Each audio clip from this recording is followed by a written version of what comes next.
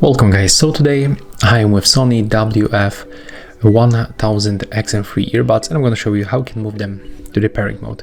As you can see right now, one of them is blinking on the blue, and when I open this Bluetooth list on my phone, I cannot find them.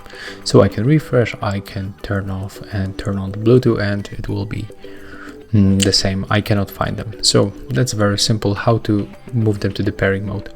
We have to grab them like that, click and hold this touch control panel for 7 seconds, keep holding,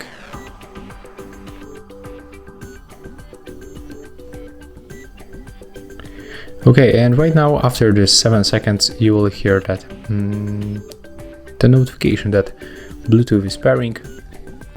So right now we can simply turn off the Bluetooth, turn it on back,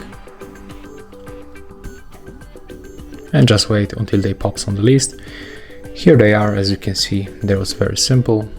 So what we can do, click on our headphones, click pair. As you can see right now I'm connected. Also we can simply go for the headphones application,